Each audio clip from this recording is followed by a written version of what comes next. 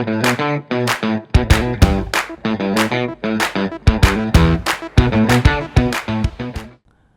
又係我阿 Kit 啦，今日想同大家介紹一下呢，就係本公司嘅鎮山之寶，就係搬運神器啦。呢個搬運神器呢，就要兩個人去運作嘅，咁兩個人同時間都要着一個八字形嘅背心咁嘅嘢啦，咁就掛咗喺個膊頭上邊嘅。咁而側邊嗰度呢，就有兩個鐵嘅金屬鈎啦，咁係勾兩條繩嘅。首先呢，就要將嗰條繩穿過咗你要搬嘅東西啦，咁然後跟住呢，就兩個企直咗之後呢，就扣埋個扣啦。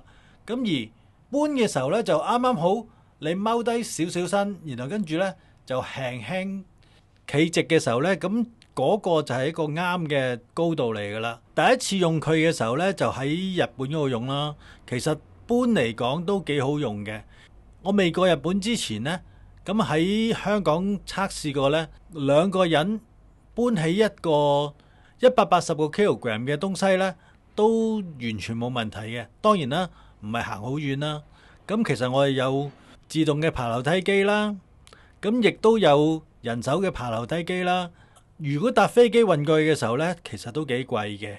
再加上呢，就係佢嗰度全部都係木樓梯嚟嘅。如果你用自動爬樓梯機呢，我怕有機會去整翻去嗰個樓梯。咁所以呢，我哋就用最簡單嘅方法。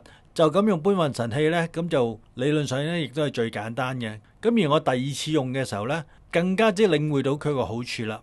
今次搬呢對喇叭呢，就叫802D4啦，圓碌碌嘅802啦。其實佢得一個把手位嘅啫，佢喺個底度啦。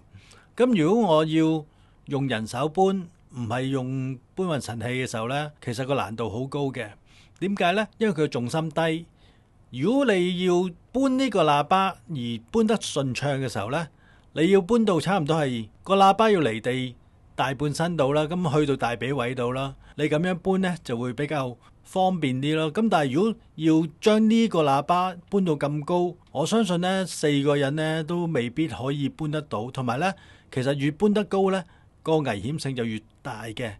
咁呢個搬運神器呢，就正正喺呢個位嗰度呢，發揮到佢嘅功效啦，因為我哋唔係需要搬得好高，亦都唔係搬得好遠，咁只係純粹係一起上板，然後跟住喺另外一邊嘅時候呢，就綁住佢經過草地。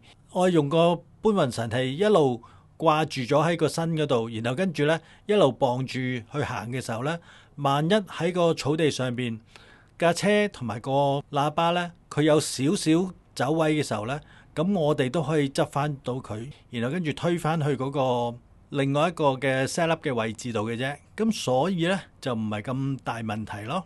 呢個搬運神器呢，其實十元八塊嘅東西嚟嘅啫。咁但係對於我哋公司嚟講呢，要搬運喇叭發揮到莫大嘅功效啦。咁如果大家對於搬喇叭有咩唔清楚嘅時候呢，可以同我哋研究下，睇下我哋會唔會俾到啲更好嘅建議你啊。